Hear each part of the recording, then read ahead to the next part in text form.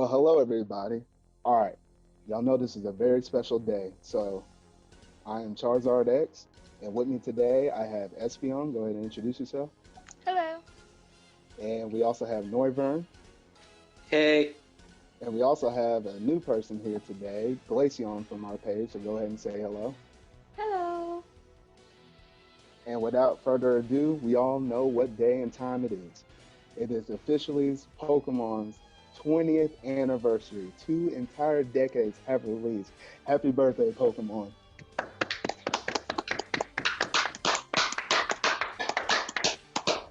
Ooh. Man, it has been such a long time. And a little bit of a fun fact from me to y'all.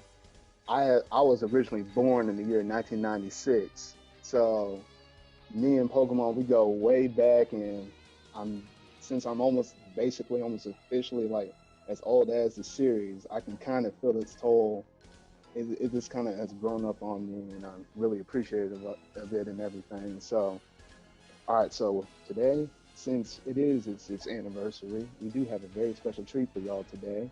And the treat is from us to y'all is we're gonna go back and take you down memory lane, and we're gonna cover all 20 years, the 2 decades of Pokemon history, all the way from Red and Green, all the way to the most recent stuff with Omega Ruby and Alpha Sapphire. So I really hope y'all enjoy, and this is our little gift from us to y'all. So grab your popcorn, snacks, drinks, because this is going to be a very long discussion. So here we go.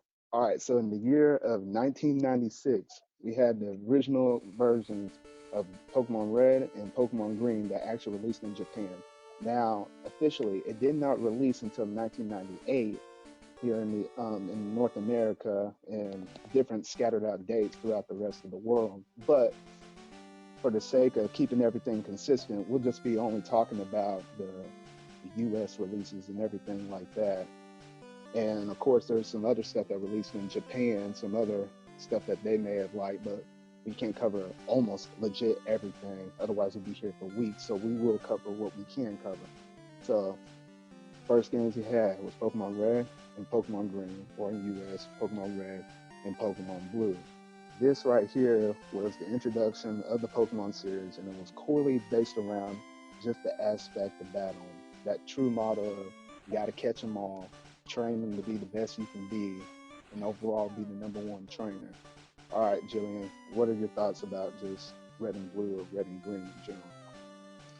Um, I think it was just kind of interesting how the whole idea from Pokemon came from the idea of bug catching. Because if you guys don't know, the person that created Pokemon, when he was younger, he collected bugs and he wanted to share that. And that's how Pokemon came around. From bugs to monsters. And then you, Norvern. yeah, like the game was very interesting. The idea was a great idea, even though the fact that the original game still had glitches, but it was still game fun to play and a good way to start off with something like innovating to the point where people are still even talking about it and playing it for like 20 years. Hmm. And then what about you, Glaceon? Well, I think the idea of Pokemon is really great. I didn't know he was inspired by bug catching before because I wouldn't do bug catching. I'm actually afraid of insects, any kind, even butterflies. I'm serious. Yeah, I know, and that was actually a shocker. I didn't even know that until Espeon mentioned it, though. But hey, it Really? just goes to show any good idea can actually originate from anything. Oh, were you about to say something, Espeon? No. I just. And then, so basically, yeah, you had red and green built around that. You had the original Elite Four. You had to go through the series of games.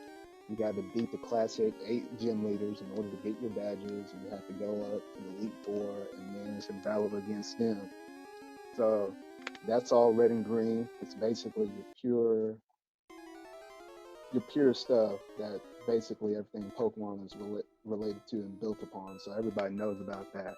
Then moving into the year 1997, that was the first time they had Mew as the first distributed mythical Pokemon. So not old enough to know about how that actually all worked out though, but I do know how you trade and you had the cable link because there was no wireless back in the day. But yeah, many people can remember those games and how they went out, and ultimately a very good way to kind of kick off the series. So moving on to the year 1998, that's when Pokemon finally debuts in North America. That's when the Red and Blue release of the original things that released in Japan. And then you had the Pokemon, the first anime series that got released over here in North America. Now, this is when you had Ash. He comes in for the first time. He's introduced to the anime. And who would know that almost, we're getting close, 1,000 something episodes later, he is still going in one of the most famous anime series of all time for the length of how long it actually has gone. And I'm pretty sure it's obviously the number one because I don't think there's anything that's close to almost being 1,000 episodes. If there is, and someone correct me in the comments below, but other than that, I think Detective Conan has over, I don't know, 900 episodes, but I'm not sure. I don't watch that.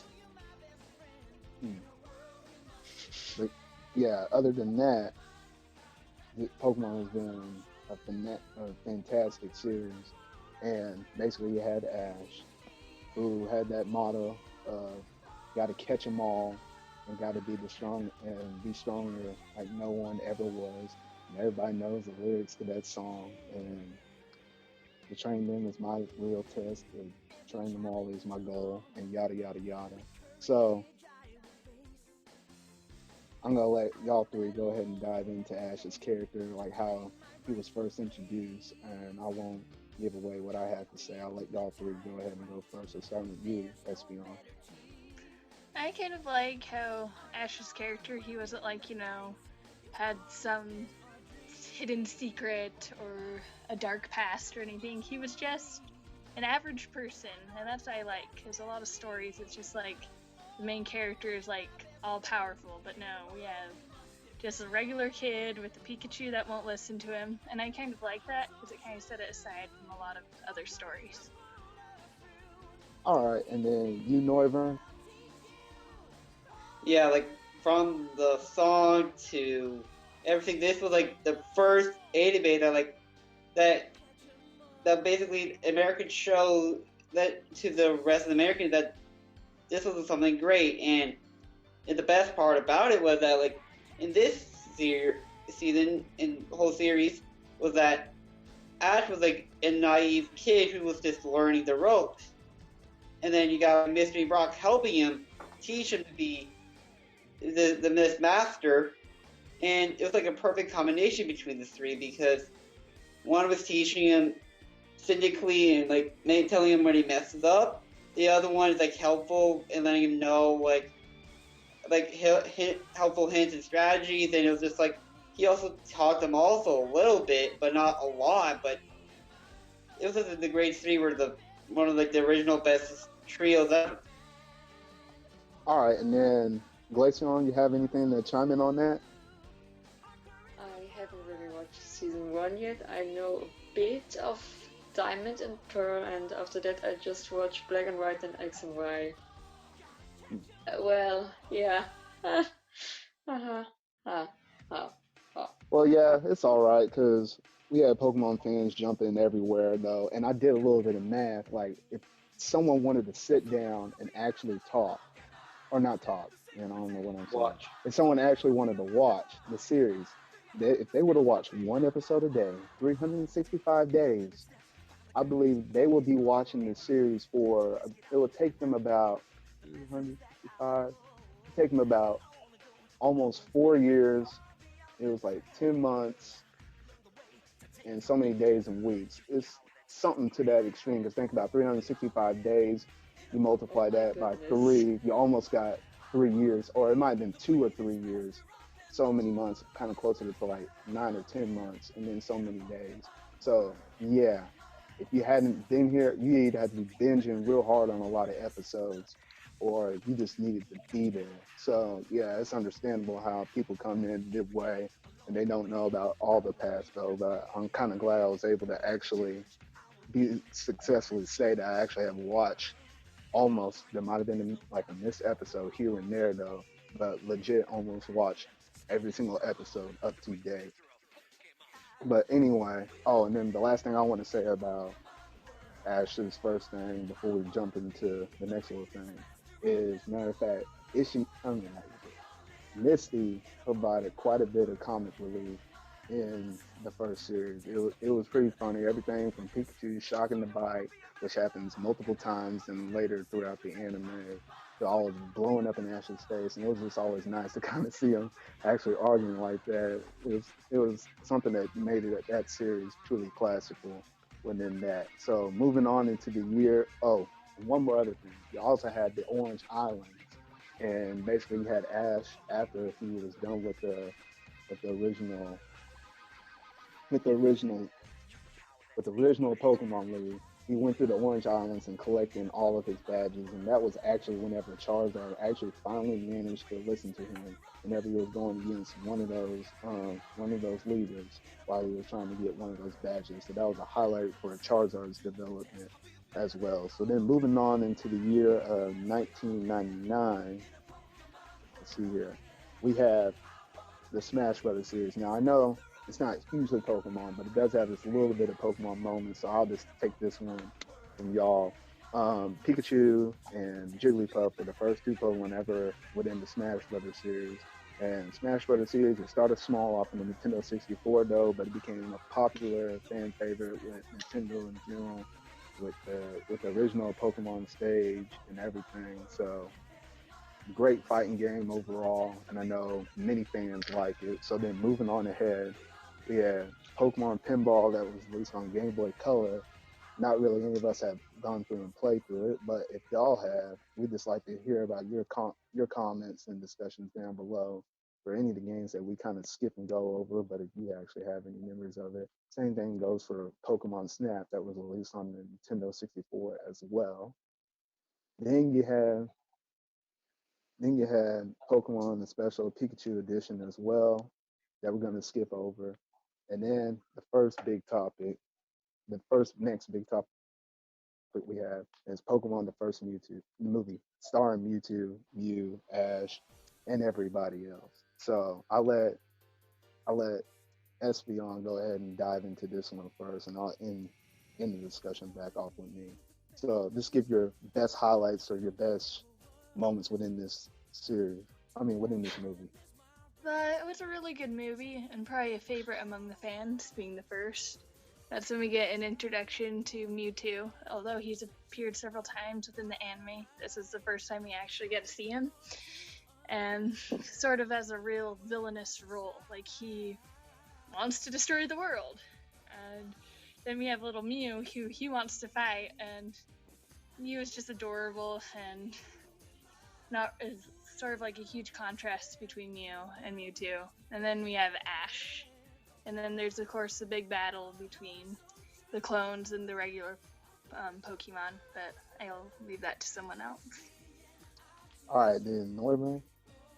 Yeah, this was one of the best films out there. That even though it was kind of biased because it was like the first one, but it was one of the best because of the fact that like it had one of the best story plots out there, and also as a combination of a PTA video and it was also at the same time emotional because of the battling, and plus the fact like that bit what happened to Ash at the end.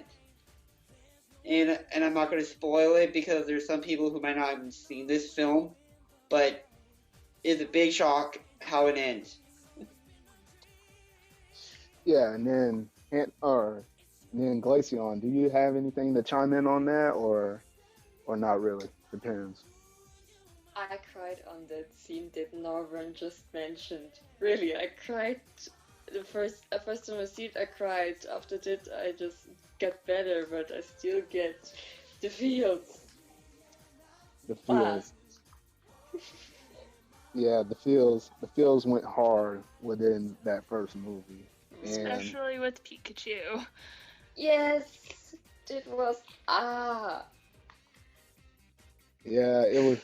Yeah, it was the first little bit of emotion that actually almost caught a tear up in my eye whenever I was watching it for the first time, being that little and being like, wait, stuff like that doesn't happen. But yeah, that's all we'll talk about within that specific scene. We'll let y'all go back, rewatch, and relive the moment. Though the other thing I wanted to mention, last little thing about that first movie was, matter of fact, of how they battle the Mewtwo versus Mew battle, and it was pretty spot on. And even back then, when the animation wasn't that good, but for that first movie, I'd say that this was definitely one of those great classical movies that went down in one of the all-time favorite Pokemon movies. And you'll keep hearing us say an all-time favorite whenever we do talk about a Pacific movie that is an all-time favorite. So, all right, so I believe that's all we have to say about the first movie. So then, moving on into the year of 2000, we actually have Pokemon Stadium on Nintendo 64. Now, out of us four, I actually managed to play this one growing up, so I can actually chime in on this one. Pokemon Stadium was basically a game where you didn't actually get to go through and train your Pokemon, but rather you get to actually pick the Pokemon you want and choose, and it becomes more of a strategy thing, kind of like what you see in the Battle Frontier within one of those facilities where you actually get to rent the Pokemon. It's about pure strategy. You basically take those, you can actually go through and challenge the gym leaders or the Elite Four or whatnot, there's random trainers. And I had wonderful memories of this playing this game against my brother. And since it's not a game that you can actually go through and actually play legit, train, um, it's just a real good kind of twist on the thing. Okay, and I think that's all I have to say about Pokemon Stadium. So then the next main thing we'll be talking about is Pokemon the movie 2000. Now, again, this is the second main movie that we had. So this was an all-time classic. So I'll spin it over to Espeon to go ahead and initially talk about it. Um, the Pokemon movie 2000 is sort of like earlier when we were talking about the anime, I mentioned that Ash, he wasn't like some dark past or anything. But in this movie, it kind of shows that Ash is the chosen one, which was a fun spin, and we get to see Lugia and the legendary birds, and some jealousy from Misty as well. Overall, I think it was a good movie. Okay, and then what else you have to add to that, Northman? Well, basically, the part that Eston mentioned about Misty being jealous, it was mostly because it was like mostly hinted throughout the whole thing, not the film, but the whole series. Before that Misty sort of liked Ash, but this was like basically the point where it was explaining why. It was because you maybe got another shipping called Kiss Shipping, and then on top of that, this whole thing about Ash being the chosen one, it was basically the beginning of a series from almost all the other films that Ash is like the hero of almost every film. Mm-hmm.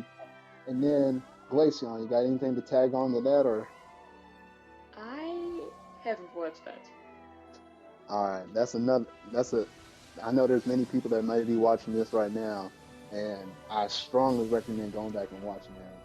And if you're kind of iffy on the fence about wanting to watch any of these first three movies that we're about to talk about, just look up the previews on YouTube because these first three movies are awesome, spectacular intro intro previews to these movies, and they were by far pretty great. I was watching some of these like right before we were about to do this discussion, and it brought me way back.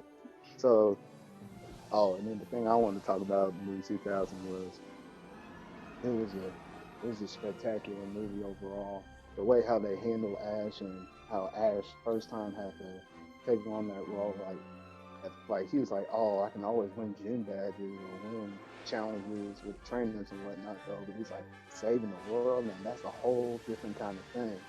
And yeah, just seeing Ash's development within this second movie, it was a good topic to the first original series. So then moving on, yeah, Pokemon Puzzle League. Not much to say on that. None of us have really gone through and played that version. played that game. And then another interesting release. Here we go. You had Pokemon Gold and you had Pokemon Silver coming out. Now, Whoa, many of whoa, us, whoa. or many of us That's the fans, Johto. hadn't played Gold and Silver because it's that far outdated unless you go back and play with ROMs and whatnot. But thanks to the remixes, we're allowed to say a few things, and I believe Northern wants to go ahead and dive into this topic first about what this generation had to offer and what made this game truly special. So Northern, go ahead and take it away. Well, I did kind of play the original version, and there's not a lot of big differences between the original Gen 1 and Gen 2. Besides the fact that, like, the night and day times, where, like, you can put that way, because this feature allows you to evolve your Pokemon differently and allows you to catch different variety of Pokemon. Also, the thing that this is the first one where you actually go through different generations. So, like, basically after defeating Johto, you can go back to Kanto and face all their gym battles again. That's like really the only big differences that I really noticed. All right, and then Espeon, you had something to chime in on this?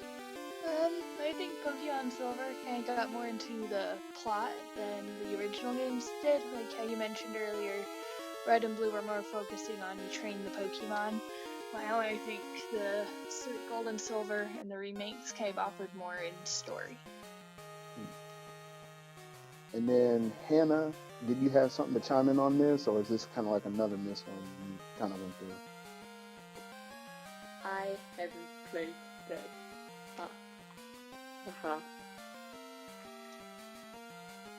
Yeah, you're kind of like me on this. I only played the remixes, so I won't dive too much into this game except for just the common basics on it. So the things I have to say about this game is this game overall it had the better Team Rocket focused content within this game. So you had more development with them and taking over that radio tower and all of their schemes and whatnot and their tower and all that stuff. But the key thing to notice about this generation game is they introduced the dark type and they introduced the steel types within the games. So those were the first two pure things that made this game different and affected all the games throughout the rest of the game series. And then the biggest thing everybody has to talk about every time you bring up these two games is the fact of the matter that you have is Trainer Red. Pokemon Trainer Red. Now, if you hadn't played these games, this is the one thing that you may want to strive to do because, well, before I dive into that, we also have this is the first and only main game that where you can go through and actually go through the Johto region and then go back through the Kanto region and actually collect all 16 badges. And you can go through the Elite Four as many times as you want. But then this is when things get interesting. You're able to go into Mount Silver once you collected all 16 gym badges and go up to the very top of the summit. And the trainer that's up there, Trainer Red, he is basically the same person that you went through whenever you played the original Red, Blue, and Yellow game. And this is by far one of the hardest, most challenging opponents that you will ever go against in Pokemon history, where all of his Pokemon were up in the 70s, and even Ash's or kind of looks or resemble Ash, the Trainer Red's Pikachu is actually in the level 80s. And the way how they had that music, no one will ever forget that music leading up to that moment. And that's a big moment in Pokemon video game history, something that all the fans will never forget. So that's my little chime on Gold and Silver. And then moving on, we have Hey You Pikachu in the 64 version. We didn't really go through that game. Same thing with Pokemon Puzzle Challenge. And then that is all for 2010. Not 10, golly, 2000 for the movie for the year 2000. Getting ahead of myself. So now we're in 2001. You also met the beginning of the Johto series at that year. Wait. The anime. Dang, The I must anime. have. Okay, okay, yeah. So we had the anime, the Johto region, the anime, and that was the next best major thing that we had. So the Johto anime. I'll let whoever wants to dive into this first. They can go ahead and talk about it first. So let's see here. All right, Espion, you can go ahead and talk about it first, then I guess I haven't seen much of the Johto anime, only bits and pieces. bits and pieces. So Northern, have you seen it? I have seen Johto. Not when it came out, but more recently when I was just kind of like when I wanted to see how long it would take to rewatch the whole thing. And and for me, because like I was just basically because I had so much time on my hand, because I literally instead of just watching like an episode a day or whatever, I watched like 5 or 6 episodes a day. So it took me like almost like 6 months to get catch up to like 3 months to catch up to where it came into the English anime, me and X and Y. But I seem remember watching these, and these were like basically kind of the same thing as the original one in Kanto, but besides the fact that actually was like you began to feel notice that Pokemon actually had feelings and their own emotions rather than just being these creatures that just follow their trainers. Hmm. So that's basically what we had to say on the Johto journeys. Now, my little chime in on Johto was, I would say overall, it's basically kind of like your Kanto 2.1, 2.1, 2.0, or whatever you want to call it, because you still have Misty, and you still have Brock go back into it, and you have those characters kind of go back through. So it kind of just felt like a refresh of everything. But however, I guess the true things you can kind of notice within the anime differently would be, I'm just gonna hit the big thing, is the Pokemon League itself. Now, this Pokemon League definitely went down to one of my favorites for all time, the Pokemon Leagues, because it was very tense and you had all these battles going on and everything. And in the final battle, because Ash always lost against Gary in every single battle. But then you finally had these two square away on this final showdown in this Pokemon League, and the way how they duked it out, and the way how Ash picked up his first one against his rival, that was a major first one in the anime series history. So overall, that was pretty nice touch right there, and not much more to kind of say about the Johto journeys. It was fun, and the music was great, and all the animation was good. So yeah, it was just something more to expand upon right after Kanto. Then the next thing you had over here in 2001 was Pokemon Stadium 2. Now I went through and played Pokemon Stadium 1, but I haven't gone through and played Pokemon Stadium 2. So I can't really say much about it except for the fact that it's built on the same core aspects of what Pokemon Stadium, the original Pokemon Stadium was. Then the next big major thing, another fan favorite movie, you have Pokemon 3, the movie. And I'll let Espeon go ahead and start this one off. With Pokemon 3? Yes. Um, Pokemon 3 the movie. It kind of starts off with a little girl who doesn't have her mother, and her father is taken by mysterious unknown.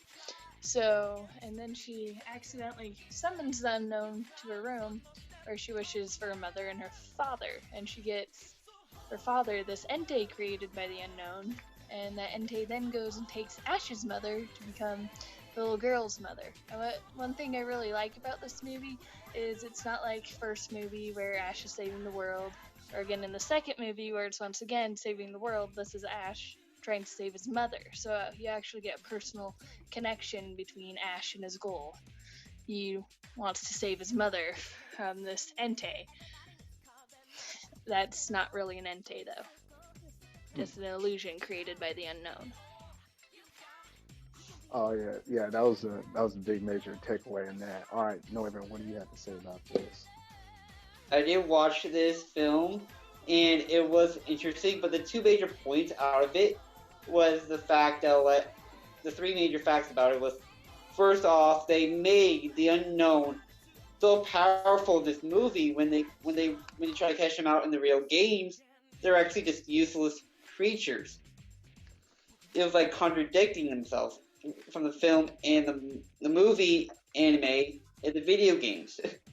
Mm-hmm. That's the first thing. The second thing was that like the main girl, Holly, she actually knew Ash early on, but like because of the fact that like her mom, his mom, and her father knew each other from like when they were kids, so they were basically like I don't know, like second siblings or something like that. But and the third thing is that like the battle at the end with Charizard going up against Entei, that was like one of the best scenes in the film. Oh yeah, cause yeah, that was the thing that I guess I was gonna chime in on was the battle scene between Charizard and Entei, and now that Charizard is fully obeying Ash now, he could actually use him to his fullest potential within this movie, and I think it's one of the few movies that we have with Ash and Charizard uh, where he's actually able to kind of duke it out with a legendary. For I think this is the first legendary he kind of duked it out with for the first time. Correct me if I'm wrong, but yeah, for a battle scene to kind of go on like that, it was just purely amazing in my eyes whenever I was watching that through the first time. And Glaceon, do you have anything else to attach to this, or should we move forward? I only watched the beginning of this movie, so don't ask me. Well, I guess we kind of gave away some tad bit spoilers, though, but it's all good. All right, so moving on, we have Pokemon Crystal, the trilogy from Gold and Silver. So the quick little tab that I want to attach to this is the fact of the matter is that this is the first game that you can actually select a female trainer as one of your selection options, as compared to the original first generation games and the first two games, Gold and Silver, where you can only choose a guy to be your character. So they finally attached the girl, and since it was a trilogy game, it didn't really stand out a whole bunch until you move into Generation 3. But that was one major notice between Crystal and, let's see here, Northern. Do you have anything to attach about Crystal? Crystal was kind of like what Emerald did to the other games, their other series. It was like, but the difference was that this was not really that memorable because the fact that like literally because people prefer gold and silver because like crystal was just not really that memorable, and it was at that point where it was like people thought it was gonna be interesting to have a play as a female character, but then it was just like you only play her for like one game. It was not really they didn't really kind of consider this really the first time you actually play a female character. But that's really it. All right, and then Espeon, you have anything else attached to this? Nope. And then what about you, Glaceon? Nope. All right, so that's about it for Crystal. And I guess the only other main thing you can say about Crystal is this one kind of focuses around more of the legendary dogs, more particular Suicune itself, and how that Suicune kind of got more attached to you while you were kind of going throughout the games. And I know there was that one guy or professor or somebody that was always interested in it and looked like he wanted to capture it, but Suicune was more attached to you. So that was about the main series the main plot wise, that's the thing that kind of set a difference between gold and silver. So then moving right along ahead, let's see what we have next. Just a little quick fun fact: Macy's Thanksgiving Day Parade. If you're over here in America, they actually had their first little Pikachu balloon during that Thanksgiving Day Parade in November. So just a quick little fun fact. And then next you had the next game within the Smash Bros. Series. You had Super Smash Bros. Melee. Now, overall, this game is still quite popular. and they still play these games when they're in tournaments and whatnot. So overall, this is a good fighting game, but the one I have the least amount of experience in, but I have played it several times. But you had Pikachu in it, and you had Jigglypuff. Then you had the addition of Mewtwo within this game. And I believe that was all the Pokemon characters you had up in this game, though. But then, yeah, you had your traditional Pokemon Stadium stage and whatnot. So, yeah, that's all we have to say about that game. And then moving on into 2002, The Legend of Pokemon Grows. Now, let's see here. All right, next big thing we had to talk about, released in October, was the movie Pokemon Forever. And I'll let Espeon go ahead and dive up into this one first. Um, not to spoil too much, because there's sort of a thing revealed at the end of the movie that's really interesting. But basically, the movie starts off with a Celebi being chased about 50 years prior to when the movie starts, and she's being chased by Pokemon poachers, and a young boy named Sammy comes across Celebi and takes him to the future where Ash is. And the story mostly revolves around Ash, Celebi, this boy, Sammy, and Suicune.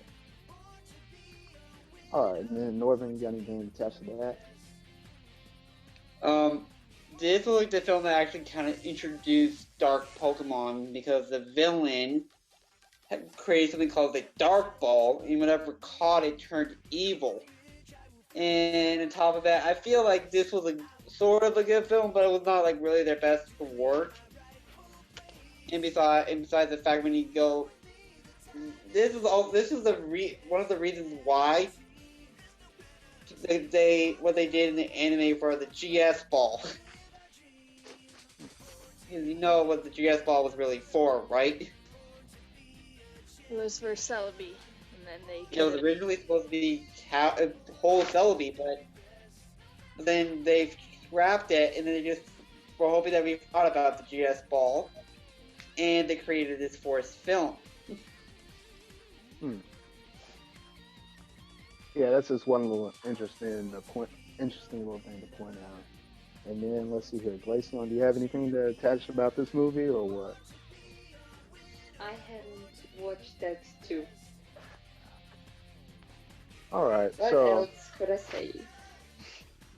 I mean, I'm being quite honest, except for the little spoiler about Samuel, which, okay, since a lot of y'all have watched this movie, I'm gonna go ahead and say it. But if you haven't watched this movie, then I would say, at the moment I'm about to say it, skip ahead 20 seconds or 10 seconds ahead, because here comes the spoiler right now.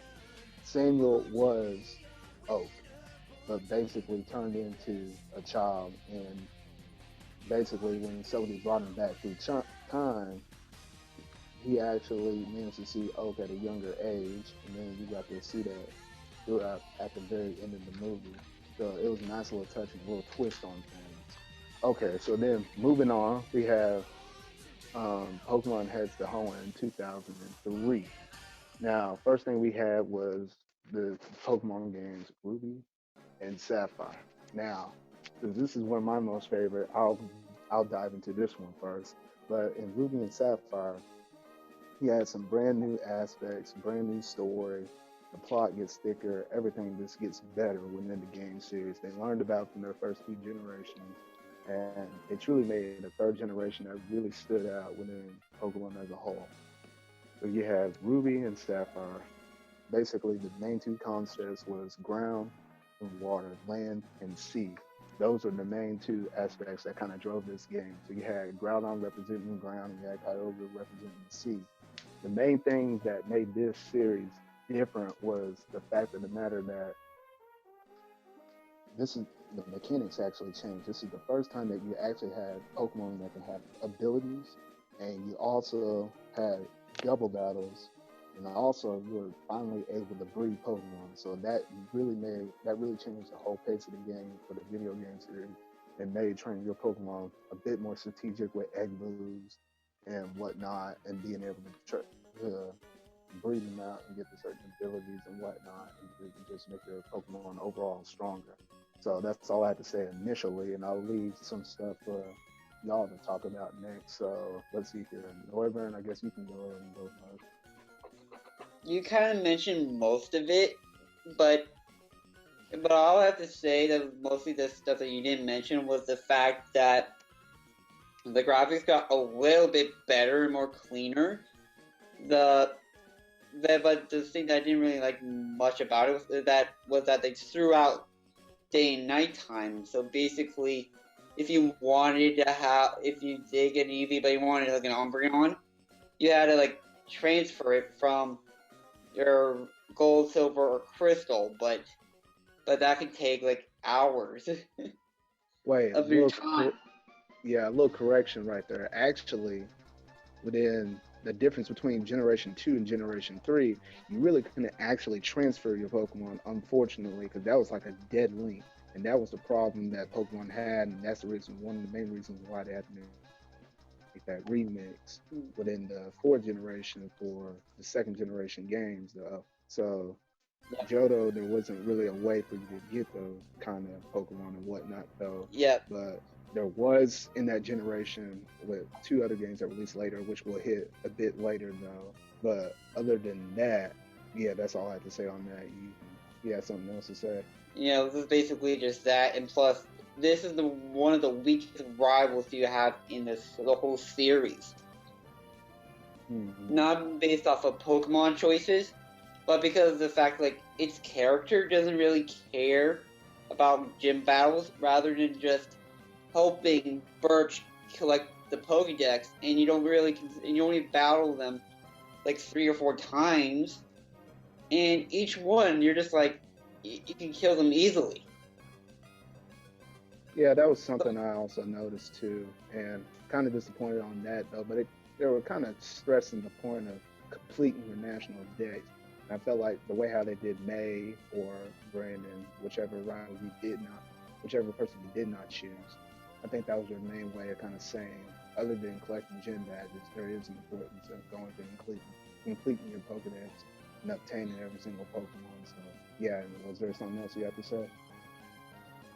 Like this is like the first one that everybody remembers where you can choose choose a female protagonist, but it was just like, and this one the one that everybody really remembers choosing a female, but it was just like it didn't really matter as much because of the fact like if you did choose a female, the guy was just like whatever, it was like, just like a random guy who just wanted to catch Pokemon. And if you choose the guy, like if you went into nostalgia, the female just seemed more like the shopping girl rather than an actual Pokemon trainer. So yeah, that was about it for the rival development. All right, Espeon, you want to go ahead? Oh, one other thing. This one, the last thing was this one's the first one that introduced contests. Well, there you go. So I'll let Espeon go ahead and talk about the contest, general stuff, and whatever stuff she wants to splash in on this discussion. I think it was kind of nice when they introduced the contest. Like, it was kind of shows that, like, if you want to work with Pokemon in the Pokemon world, it's not only, battles and gym battles. There is the contest, which makes it more appealing to a wider audience, even though the game is still focused on collecting the badges.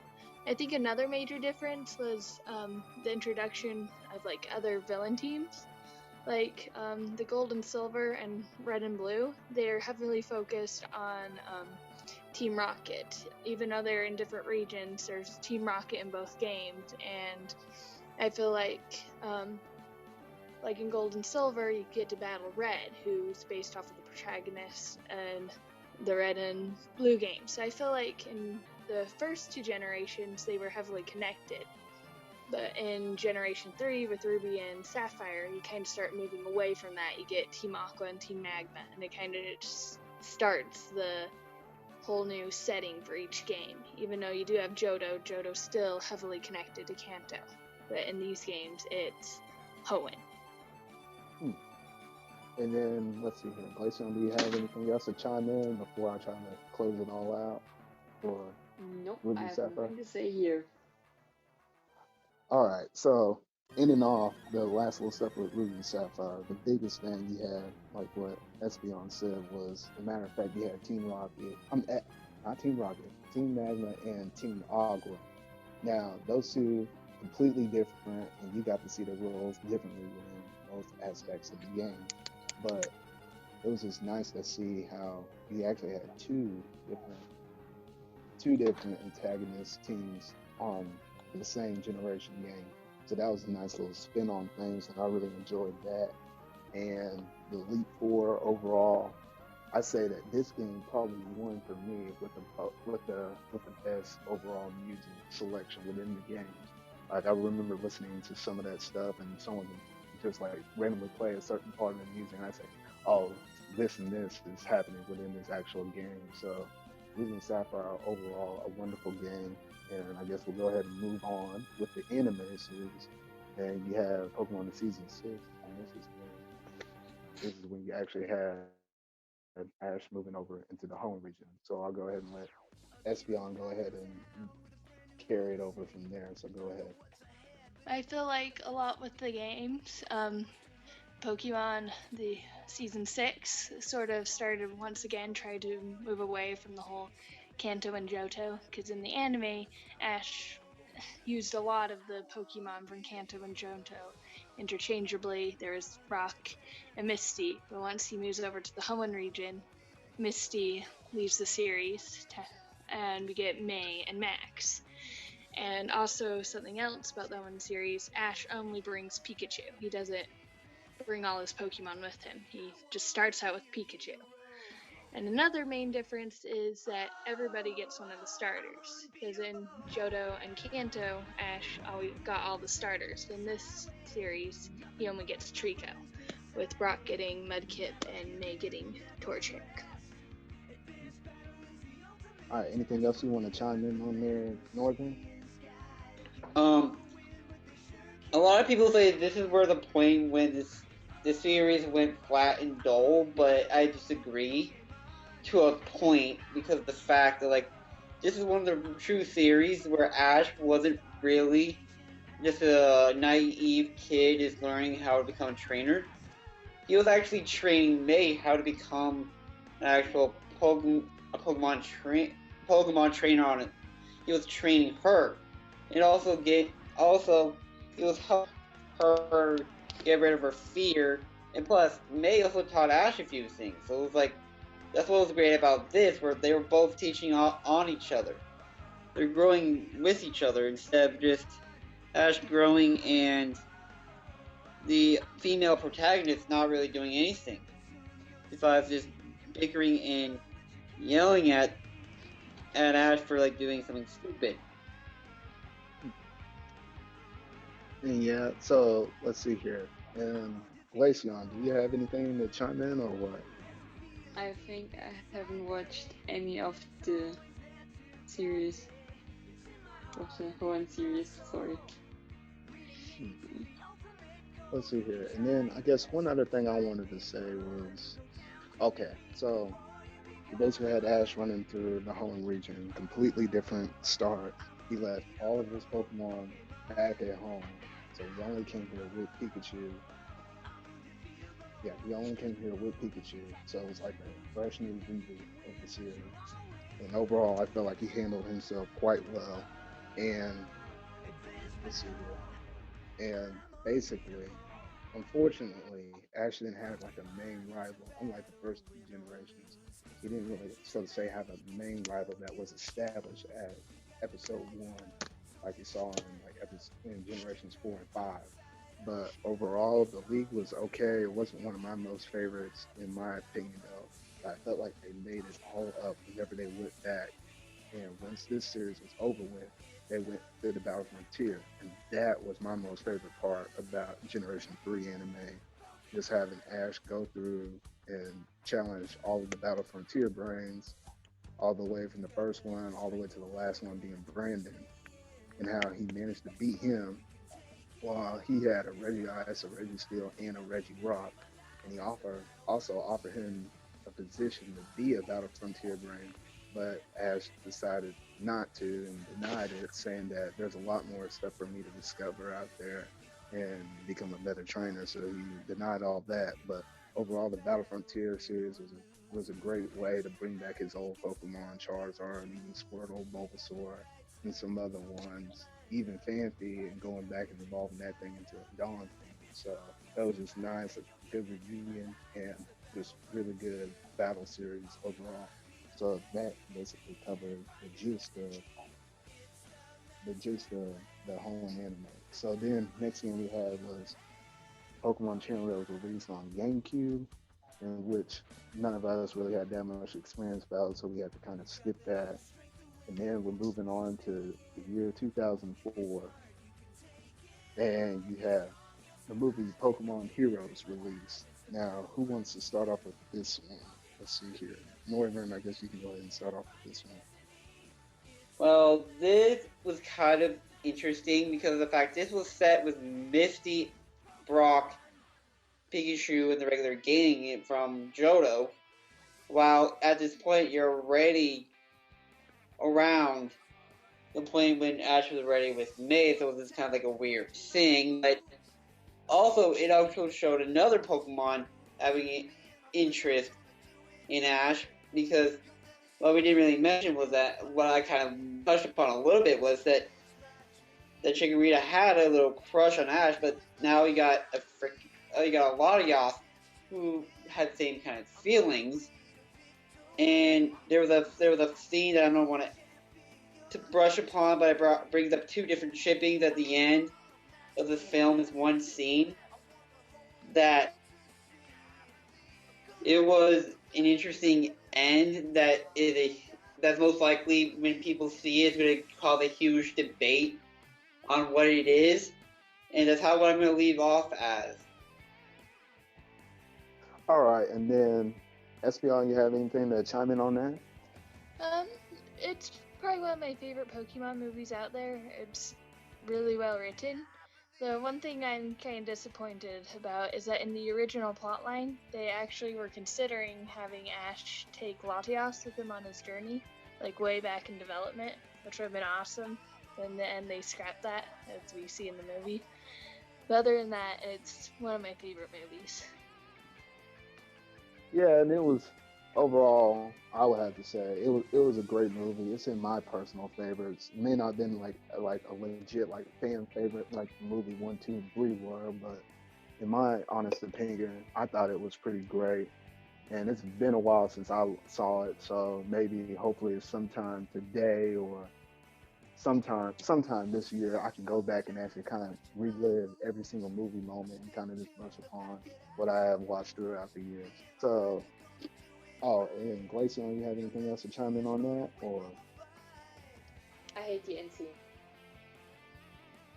All right, so moving on, we have Pokemon Coliseum. Now, I know a lot of people probably had experience with this. I personally didn't have any experience with this.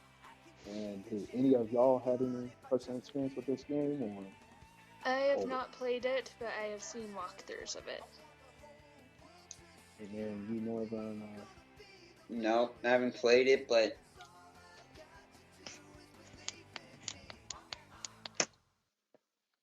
so, and I think that about does it for us. So we had to unfortunately kind of skip that one. So moving on to the next movie, we had Pokemon Jirachi and the Wishmaker. So I'll let Espeon go ahead and take it away first. I think it was a cute movie. Probably not one of my like favorite Pokemon movies, though it was still really good.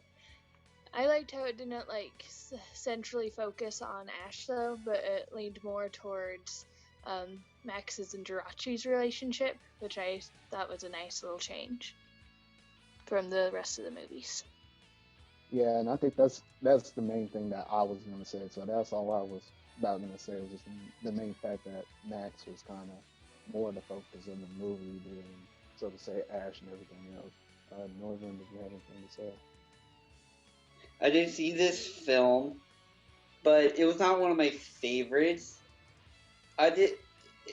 The only real part I really liked was that it was character development not really on Ash, but more on May and Max, like the two family relationship between the two, because literally before there was not really much between them besides bickering. And this is one of those times where you just see them at the point where they're like at each other's throats because of the fact that like Max didn't really want to give up this Pokemon, while May was like literally just didn't want to see that Pokemon sites again. All right. And also So I think that's there's also a Misty reference in this film. Only in the English version, though. Yeah, the dub version of it. oh yeah. So I think that's all we got to say about Jirachi the Wishmaker. So overall, it was kind of a good change of pace from the traditional movie though, but not the strongest out of all the bunch. And the next biggest thing we had was Pokemon Fire Red and Pokemon Leaf Green.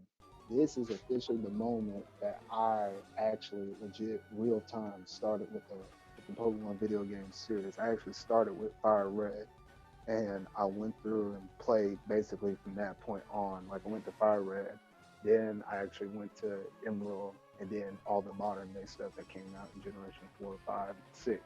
So this was my official start. So in Fire Red and Leaf Green, this was the essential remix of the original Red and Green that released in the year 1996. So basically, you had things updated, such as now you can actually get the Dark and Steel type Pokemon in this game as well.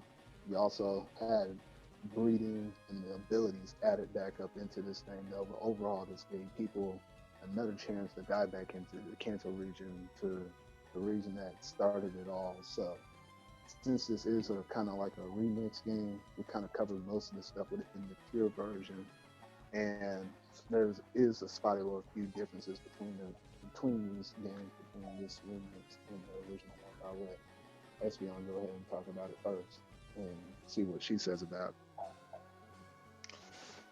I think it was nice that they kind of gave a little reboot to the older games, let newer fans experience the original games with the updated graphics and the abilities and things. I've only played a little bit of Fire Red though. I haven't had an opportunity to play the whole thing though. And then you got anything to add to that, Norvern? There was a nice part about it after you beat Blaine, the 7th gym leader, where you can go actually help. I forget the guy's name, but you help some random guy, and you go to the Orange Islands to deal with a mess there, and you save a little girl from being kidnapped by Hypno. Yep, and that was one of the main things too that made this game different was the CV islands, those 1, 2, 3 that you got introduced to within the main series of the games, and then once you completed the Elite Four, then you're actually able to do have access to 4, 5, 6, 7, and on Island 4, that's where you're able to actually breed and be able to throw 2 Pokemon in that daycare center. So it was nice. It was a nice little addition, and also within these islands, it was the only way how you can actually catch Johto Pokemon. And yeah, from that point forward, that was from third generation and on up. That was the first access you had to your Johto Pokemon. And as we get later in the discussion, we'll talk about how how you're able to send up Pokemon and transfer it up to other regions. So if Glaceon didn't have anything else to say, then I guess we'll go ahead and move on to the next thing. So, did you have anything to add to it? Nope, have nothing to say.